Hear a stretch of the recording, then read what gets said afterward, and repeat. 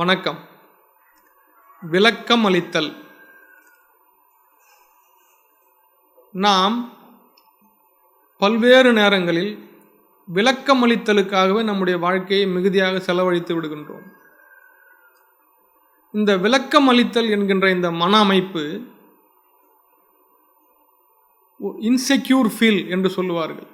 ஏதோ பாதுகாப்பற்று இருக்கின்ற இந்த விளக்கத்தின் மூலமாகத்தான் அடுத்த நிலைக்கு நாம் முன்னேறப் போகிறோம் என்கின்ற அந்த தன்மையோடு நாம் இதை செய்து கொண்டிருக்கிறோம்.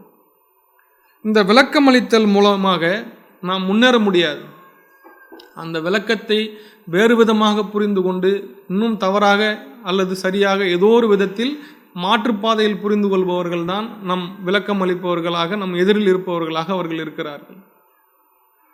எனவே எல்லாவற்றிற்கும் விளக்கம் அளிக்க வேண்டும் என்கின்ற அந்த மனநிலையை தவிர்த்து விடுங்கள்.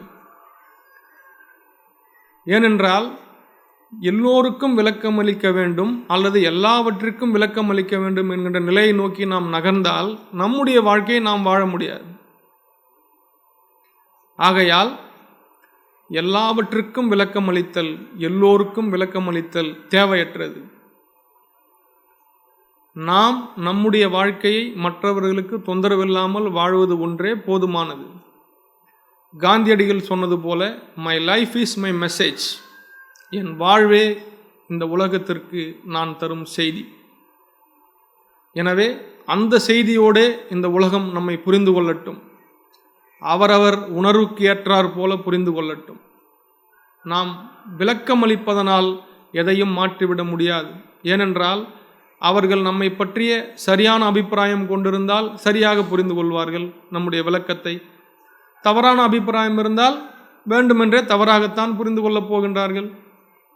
எனவே எல்லாவற்றிற்கும் விளக்கம் அளிப்பது, எல்லோருக்கும் விளக்கம் அளிப்பது பயன் தராது.